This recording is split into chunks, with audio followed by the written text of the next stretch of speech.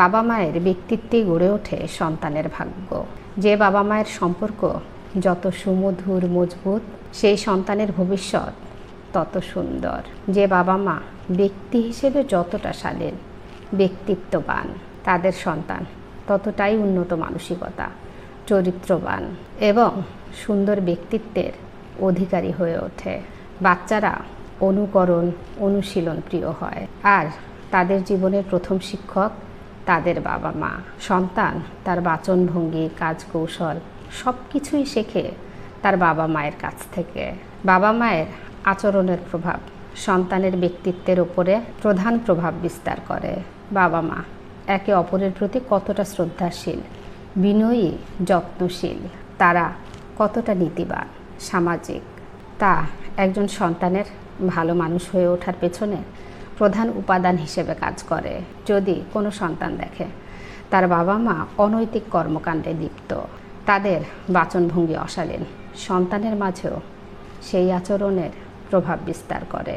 আস্তে আস্তে সন্তান বাবা মায়ের অবাধ্য হতে শুরু করে, অনৈতিক কাজে লিপ্ত হয়, সামাজিক আচরণ, সৌজন্যতা থেকে দূরে সরে যায়। সন্তানকে শুধু দামি পোশাক, বিলাসবহুল জীবনযাপনে অভ্যস্ত করলেই সে ভদ্র এবং সভ্য হবে না। সে তাই করবে যা তার বাবা মাকে করতে দেখবে। সে যদি দেখে তার বাবা মা তার সাথে উচ্চবাচ্য করে, অভদ্রতা করে, উদারতা নেই, অন্যের কাছে সুযোগ সুবিধা নিচ্ছে কিন্তু নিজে কাউকে সাহায্য করে না, তাহলে সন্তান তাই শিখবে, স্বার্থপর হয়ে গড়ে উঠবে। আপনি নিজে সিগারেট খেয়ে আশা করতে পারেন না আপনার সন্তান নেশা থেকে বিরত থাকবে।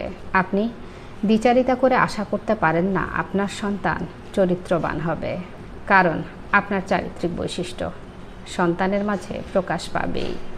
সন্তান বাবা মাকে দেখেই শেখে। আপনার ব্যক্তিত্ব আপনার সন্তানের ভাগ্য গড়বে। গোবরে সবসময় পদ্ম ফুল ফোটে না, তাই ভাববেন না আপনি খারাপ, তবুও সন্তান ভালো চরিত্রের হবে। সন্তানকে ডাক্তার, ইঞ্জিনিয়ার বানাতে বড় নামি দামি শিক্ষা প্রতিষ্ঠানে পড়ানো শেখালেন, কিন্তু মনুষ্যত্ব শেখালেন না, তাহলে শেষ জীবনে বিপদ আপনারই হবে। আপনি অসুস্থ হলে সন্তান ডাক্তার নয় উকিল ডাকবে আপনার সম্পত্তি ভাগাভাগি করতে, আপনার অনৈতিকতা নির্ধারণ করবে।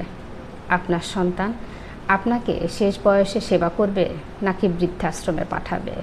সন্তানকে অফিসার বানানোর আগে মানুষ বানান, যেন অসুস্থ হলে ডাক্তার ডাকে, উকিল নয়।